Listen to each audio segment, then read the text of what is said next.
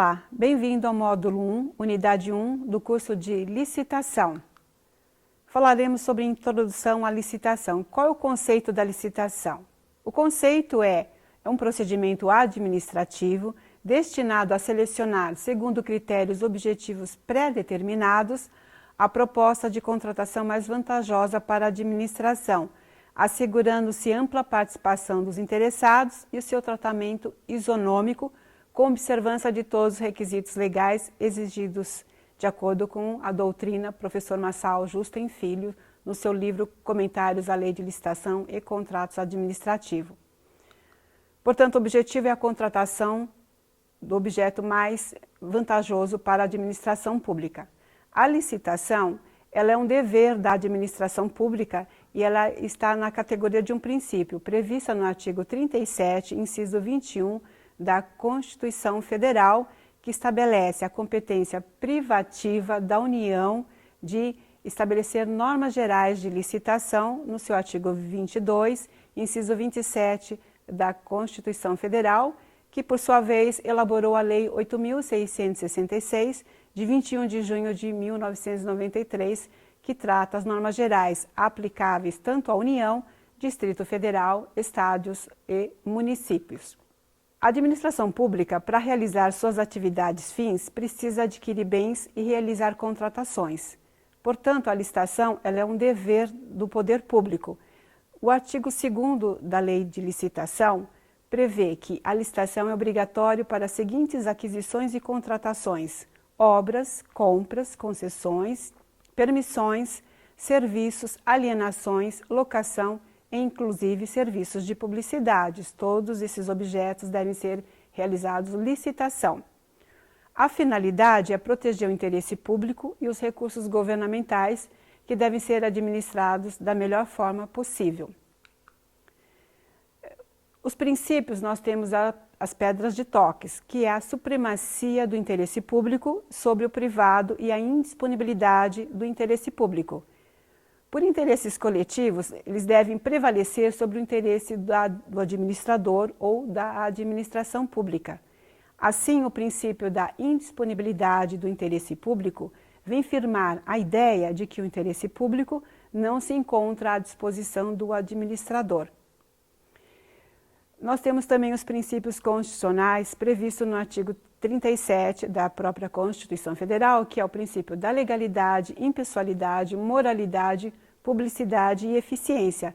Tais princípios foram previstos também na Lei de Licitação, no seu artigo 3º, que prevê que a licitação destina-se a garantir a observância do princípio constitucional da isonomia, onde todos são iguais perante a lei, a seleção da proposta mais vantajosa para a administração e a promoção do desenvolvimento nacional.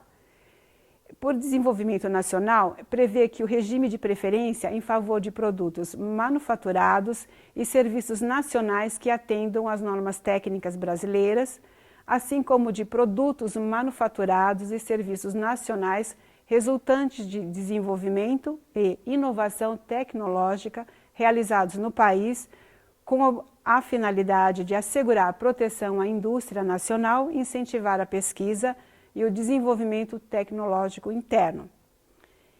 E a licitação será processada e julgada com estrita conformidade com os princípios básicos da legalidade, ou seja, a administração pública só pode fazer aquilo que está previsto na lei. Da impessoalidade, nunca uma licitação pode ser dirigida a um determinado fornecedor. Todos devem ser tratados iguais, e significa o princípio da impessoalidade. Nunca visar uma única só pessoa. O princípio da moralidade e o princípio da probidade administrativa são idênticos, significa que a administração pública deve obedecer a regras de boa conduta entre a administração e licitantes. O princípio da igualdade significa que todos são iguais perante a lei, exatamente igual ao princípio da isonomia, ou seja, não estabelecer regras de restrição de participar na licitação. O princípio da publicidade significa que a licitação não é sigilosa. Todos os seus atos são públicos e devem ser de conhecimento de todos aqueles que tiverem interesse. O princípio da vinculação ao instrumento convocatório significa um princípio talvez mais importante na licitação, que é o princípio da divulgação do edital, ou seja, o edital é considerado a lei interna da licitação. Todas as suas regras deverão ser de conhecimento amplo e obedecidas pela administração e licitantes interessados. E do julgamento objetivo significa que o tipo de julgamento que for definido na licitação em seu edital deverá ser obedecido, não poderá ser mudado as suas regras nem pela comissão de licitação. E também dos princípios que eles são correlatos.